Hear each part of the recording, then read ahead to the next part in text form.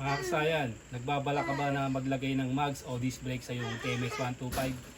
Kung ganoon, para sa yung video nito, bibigyan ko kayo ng idea kung paano maglagay ng mags at ng disc brake. Ito siya kasayan. Ito. Dito pag maglalagay kayo ng disc brake dito, napakasimple lang.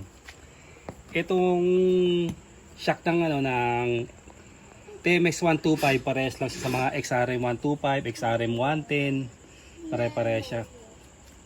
Siya kasaya na. Dahil ito baluktot na, pinalitan na natin ng pang XRM. Ayan siya. Ito, parehas sila Pero kung halimbawa maglalagay lang kayo ng disc brake, ang papalitan nyo lang ditong ito.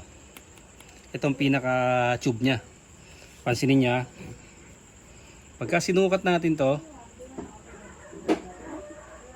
yan ang sukat nya na. Yan. Nakadikit na siya. Pag nilagay din natin to, ayun siya kasaya na. Ayun siya ayun yung pinakadikit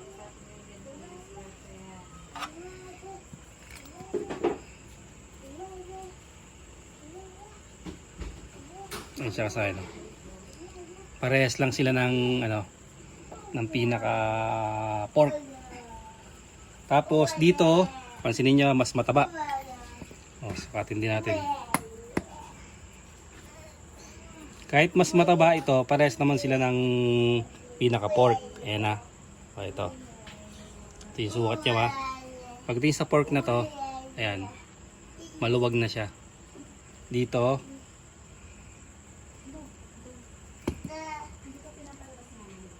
Ayan siya. Malaki yung niyan. Pero parehas sila nito Ibig sabihin, kung gagamit lang kayo ng kung maglalagay lang kayo ng disc brake, ito lang ang papalitan nyo. Pang XRM, pang Wave 125, pwede. Basta yung may kabitan siya ng disc brake. Kahit pang Rusi, pang Euro, pwede siyang gamitin. Ito kasi baluktot baluktot na siya, kaya isang buo na yung pinalitan. Yan, tapos dito, wala tayong nilagay dyan ng mga spacer. Kasi dahil nakapang XRM na siya, o XRM style, yung mga ganito, wala tayong gagamitin dito na ibang mga washer. Plug and play lang mangyayari dito. Tapos dito ang ginamit natin dito, ito yung yung tipos niya ito yung kanyang tipos. Tapos yung butterfly ito dito taas. Ito yung butterfly natin pang pang XRM din, XRM 110. Ito yung butterfly ito para pa-cover siya sa loob. XRM 110 din to, nakakoberan lang siya. Ayan yung butterfly kaya nakaganto tayo. Kaya manibela natin pang XRM na rin ang nilagay. Then ito kasi yung dyan yung konting modification dyan. Ito siya ito yung sa ito yung XRM XRM 110. Ito siya. Ito yung pang XRM 110. Ito yung pang TMX 125. Tinanggal natin yung rito. Bali tinanggal natin yung tubo nito. Yung tubo ng TMX 125, yun ang ginamit natin dito. Ito sa tipos Ito. Sa tipos. Yung pinaka tipos ng XRM 110, kasi sa bearing tayo dito mahihirapan Ito ang pinalit lang natin. Pinagpalit lang yung tubo. Kaya ito pang XRM 110. Ito naman pang TMX. Ito yung pang TMX TMX 125. Bali magpapalit lang kayo ng tubo Tanggalin niyo yung tubo ng sabay tipos, tanggalin niyo yung tubo na to. Na sa XRM ikakabit lang yung yung pang TMX 125 para natin to, mailagay natin. Tapos sa bearing natin o knuckle bearing, parehas pa rin ang nilagay. Parehas pa rin siya. Ngayon lalayo yung spacer dito. Dito naman tayo magmo-modify ng konti ito dinikitan ko lang to ng epoxy steel. Pwede naman din pa welding yan, pwede kayo mag-welding dito. Kasi lalayo siya. Pag hindi natin nilagyan ng banggaan, pwede, pero tatamaan yung tangke. Ito modified na rin tayo rito TMX, ginamit natin dito TMX 155. Para meron siyang ayan sasagad siya rito. Ayan Ito yung tubo, yung ano ng stopper ng Exanem 110. Sasagad siya diyan. Yan. Tapos dito, nagbawas tayo ng konti sa butterfly, napasobra lang. Tansyahin nyo lang pag magbabawas kayo, konting-konti lang. Ito napasobra yung bawas eh. Dito. Yan, ito napalaki yung bawas oh. Kasi konti lang dapat. Napalaki lang. Kaya dapat ang unahin yung lagyan ng stopper dito. Dito kayo mag-stopper. Pag nalagyan nyo ng stopper, pagka maliit lang yung stopper lalagay nyo, kahit di nyo bawasan dito. Yan, dito lang. Konting-konti lang yung bawas. Ayan kabilaan yan. Pati sa kabila dito. Yan, dalawa yung binawasan natin. Napasobra lang pero pag kayo magbabawas, tansyahin nyo lang. Magagawa nyo pa ng mas magandang paraan yan. Wala namang problema yan kahit mabawasan yan. Yan siya, yung natin.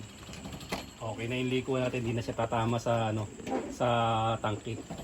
Tapos dito naman tayo sa sa may pinaka likuran niya. Sa likuran, ganun pa rin. Plug and play pa rin tayo Plug and play pa rin tayo, wala tayong dinagdag ng washer. Kasi ang ginamit natin pang XRM din. XRM na swing arm. Ito siya Yan. Ngayon kung namumroblema kayo dito dahil wala kayong apakan, ang gagawin yung apakan yung ganito. Dito tayo. Pakita natin yung pwede naman ganito apakan. Ito, pwedeng ito yung gamitin nyo. Ayan. Dito natutok mo dito. Ayan yung pinakapakan na. Ayan. Ditanggal lang naman yan. Para meron pa rin kayong apakan para sa angkas. Kabilaan yan. Ito. Yan. Para meron pa rin putres. Kasi mawawalan kayo na apakan eh. Yun ang pwede yung gamitin na putres. Ito, tapos dito pagka ito parang swing arm ang nilagay natin, mas mahaba siya. Mas mahaba siya kaya ang nangyari dito nagduktong tayo ng ng kadena.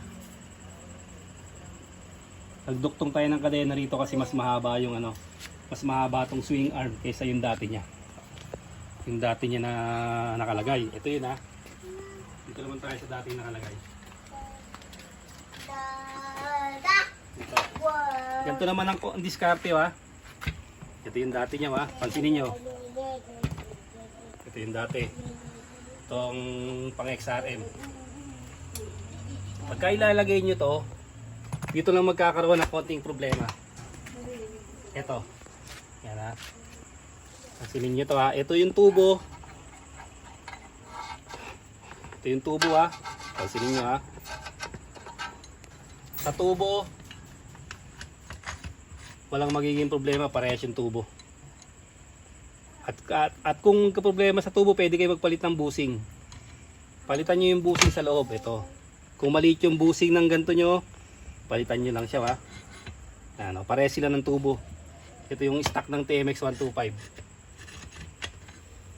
Dito magkakaproblema yan Ito.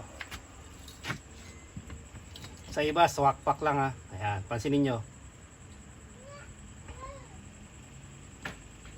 Ayan. Pag pinantay natin siya, ayan, yan yung kaltas. Tsaka yung mag-grinder. Ayan Pag pinantay natin dito, halimbawa. Pero huwag kayong tumaba sa isa pantayin nyo kabilaan. Dahil yung isa na yon, halos magkasukat lang sila. Kaya yung isa yung nagamit natin. Dito.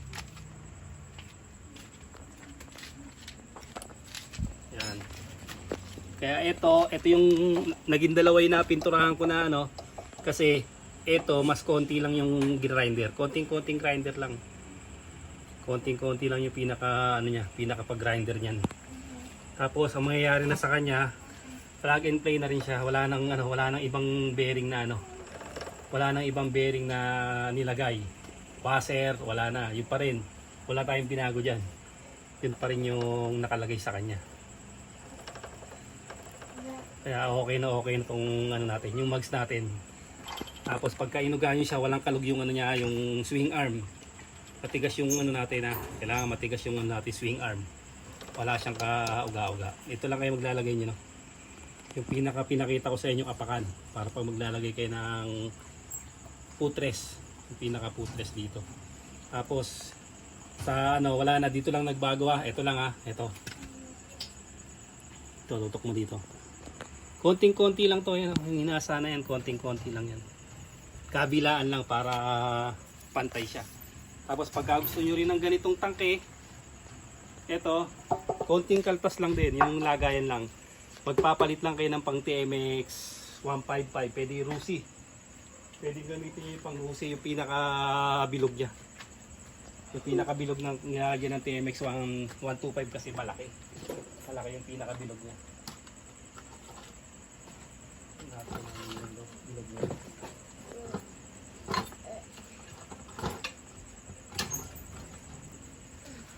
Dito sa papasukan ng ano dito, kita ba? Dito. Ayan, ito siya oh. Ayan, TMX 155. Kailangan ipapalit din yung ganito, yung pinakabilog. Sa TMX 125 mas malaki to ha. Para pagka gusto niyo rin magpalit ng tangke na ano, low budget na ano, na gas tank.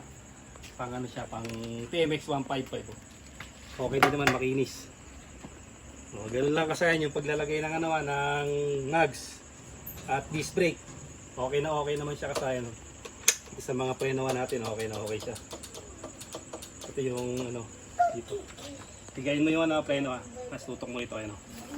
Okay din yung ano natin, wala maging problema. Sa kabila, ano yan?